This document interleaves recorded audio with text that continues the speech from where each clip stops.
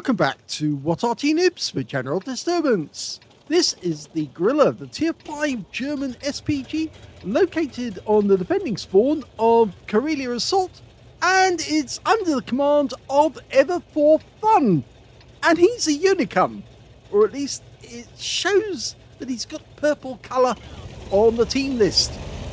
What he hasn't got is any camouflage on his vehicle. He really should put camo on the vehicle. Oh, and he just got piled into by that Porlac.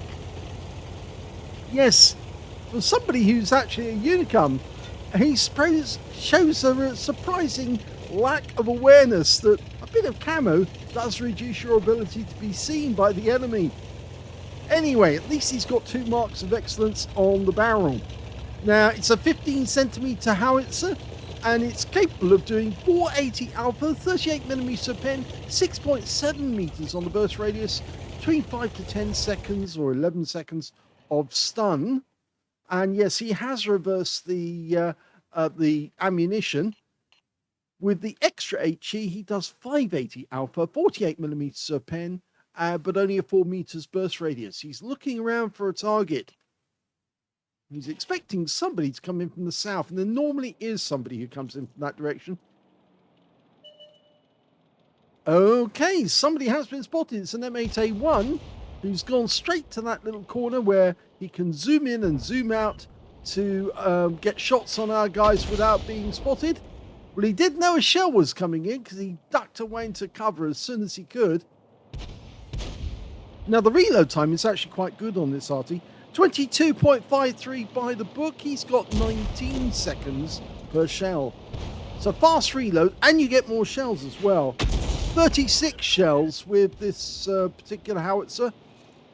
If you get the top howitzer on the Hummel, you actually get less ammo. So it really does work to actually have the stock howitzer on the Hummel. Okay, he's almost ready to go. He's got 2 tanks there together. And he splashes the Tiger 131. When they bunch together like that, it's very, very enjoyable taking out more than 1 tank at the same time. This is where bombardiers come about.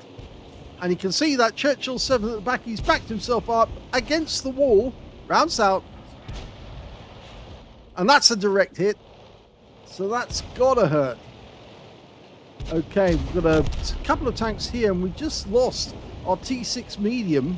He went down to that VK3001H, but it looks like we're going to try and put a round into the Strodny Viz 13-9. Reloaded. Rounds out. He just misses him. He's still marking the target, but he's just pressed his T key and taken the mark off the Strodny. In fact, he's looking back at that M8A1 again. Well, that Strodny's looking even better now. Rounds out. Oh, penetrating shot! And the fire! It looked like he had an automatic fire extinguisher there, because the fire went out straight away. But he's now left with just 38 hit points, which means he probably won't last very much longer.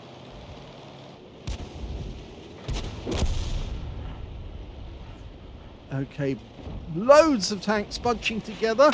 That's a direct hit on the Juno, but only 1 hit point, which is surprising. And it looks like the Porlac has just been moved around by the VK. There he is.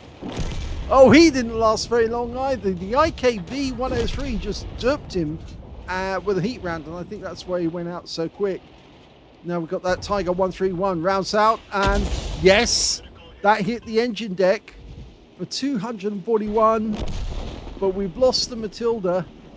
And I think the Matilda was actually killed by the Juno, who poked his head round the corner just as he was distracted by that Tiger 131. Okay, trying to fire at the Tiger 131. Oh, he got him! He got a blind kill! He judged how far the Tiger 131 went and actually got an accurate shot on target. He's dialing in on the other side of the battlefield, all the way over in the east of the map. We can see a Fifi of the 105 Left H 18B2 in the enemy team, and he's sitting there between those 2 rocks because 2 of our teammates in heavy tanks, a T150 and a T1 Heavy, are very close. So he's trying to get a shot in that direction. Okay. Rounds out. Remember, this Arty is very accurate normally. Well, it actually hit the rock in front of the Fifi. You can see a mark on the rock. So it wasn't a direct hit, that one. And a couple of more tanks have turned up. There's the Fifi again. Just popped back into view. Rounds out. And he looks away. Oh dear, don't do that. Because we miss out on information we might get if you got a direct hit, but it was blind. Okay, the Hetzer's there. He's almost loaded. Can he get a shot? Here we go. Rounds out. Long range.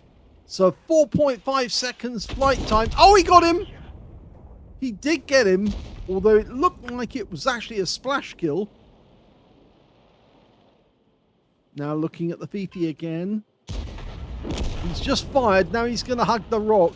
Unfortunately, that shot just killed our T1 Heavy. And our shot missed him altogether. Oh, that's annoying. So I think he's going to probably fire one more shell in there in the hope that he can get that Fifi. The only one we've got spotting when he looked away after he shot. And therefore we don't know if that shot had any effect whatsoever. And it looks like it didn't because the Fifi is still showing as possibly there. Okay, we've got a T-34 1941 and a T-67 harassing our T-150. He's trying to get a shot. Rounds out. Long flight time. Oh, but it's direct hit! Right on the engine deck and completely overwhelmed the T-34 1941. Well, yes, I guess a shell hitting the engine deck of that T-34 was just too much for it, and it went out of the game.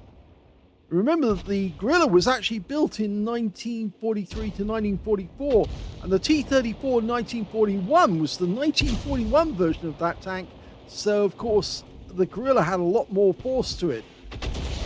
Oh, and the Juno's gone down now. There's only 3 enemies left. A Churchill 7, a T-67, and their Fifi, and I think that was the Churchill 7 just dying. So now we've only got 2 vehicles left on the enemy team, but the problem is we've got nobody on our team in the north of the map. We're the most north on this map. If the T-67 turns up, there's a very good chance that he's going to come around that corner, quickly move to get away from the Grille's shotgun, and then take out the Grille, because he's going to be a lot faster. His only hope is to shotgun really well and get a direct hit, take the T-67 out, or for one of his teammates to come back and protect him. Here he comes. Oh, good shotgun! That was superb! That T-67 came round the corner, and at that moment he knew he'd screwed up.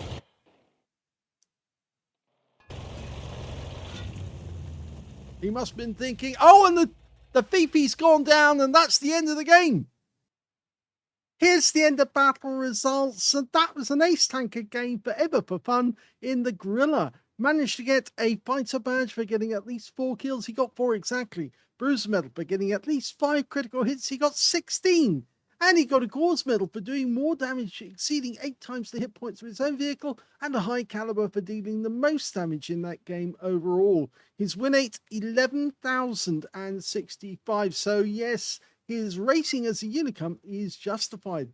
Let's have a look at the team score. Well, there you go. Highest damage was 3,032 hit points for Ever for Fun. The second highest damage was the Juno on the enemy team, 1,803. And the third highest damage was the Porlak tank on his team with 1,376.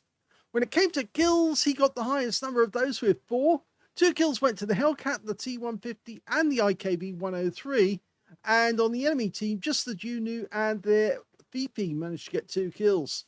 But when it came to base XP, he's got that one too. So he's got all top in the 3 columns. 995 for Ever Fun, 810 for the Porlak tank, and 741 for the T150. He fired 18 rounds, which is quite a lot, really, for a griller.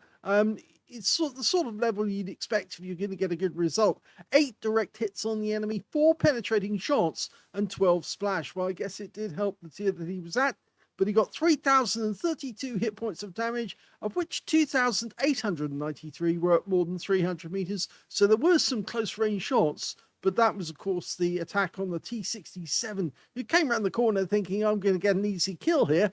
And no, he was the easy kill, not the griller. He damaged 8 of the enemy, killed 4 of them, and he earned 15,099 credits on a premium count and 1,492 experience points altogether. He says only 3k, sort of tongue-in-cheek to say, yeah, well, not quite as good as normal. Well, I can anticipate that, yes, he probably does get that as normal. Don't look away after you shoot, though, because otherwise we miss out on information that we might need. But he did get some nice shots, like the one on the Hetzer, the one on the T-34 1941, and of course that one on the T-67 as he came around the corner and got blasted for it. So I hope you enjoyed those replays. Replay, I should say. If you did, please give this video a like. Do subscribe to our channel. Leave a little comment down below because it feeds the algorithm. The algorithm likes to go nom nom. And thank you for watching.